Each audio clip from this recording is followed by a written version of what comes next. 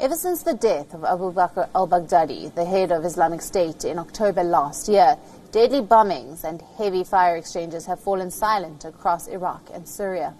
Iraq, as a country, still stands torn apart between political instability and the fleeting moments of peace in a post-COVID-19 world.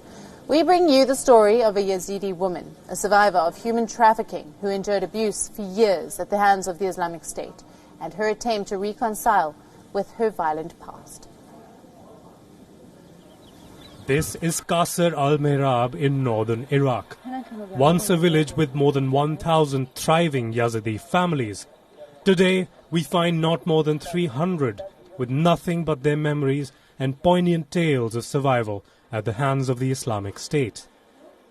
In August 2014, around 50,000 Yazidis fled to Mount Sinjar, fearing for their lives.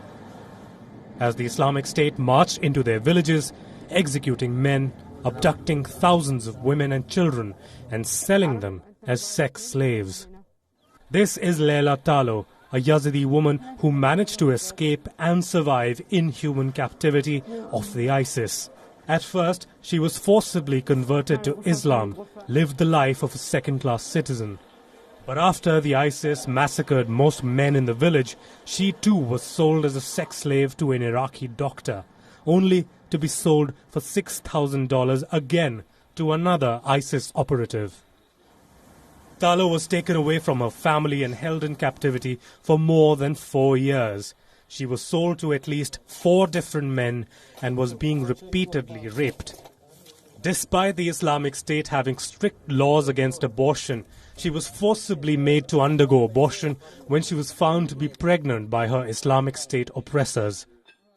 After 4 long years in sex slavery, Talo and her 2 children, after having failed multiple times in their attempts to escape, were able to put together $19,500 to pay for their escape. They eventually managed to escape the Islamic State territory with the help of a few smugglers.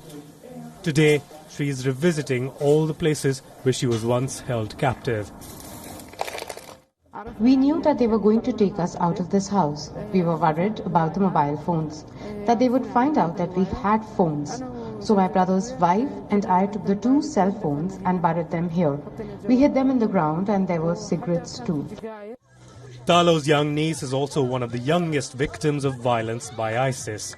She too was sold into sex slavery by ISIS fighters and was rescued from Syria only in February. Today, she is meeting her family in Iraq for the first time since her capture. ISIS has captured close to 6,500 Yazidis after their war on Sinjar in August 2014. As of now, around 3,500 have managed to escape from captivity, either by paying a ransom or with the help of security forces. However, more than 2,900 Yazidis, which includes 1,300 women, are still missing. Security forces and experts believe that most are dead and the remaining few are living in opposition-controlled areas of Syria. As of now, a team for the Commission for International Justice and Accountability are investigating crimes and building the case of genocide against the ISIS. Bureau Report. WION, World is One.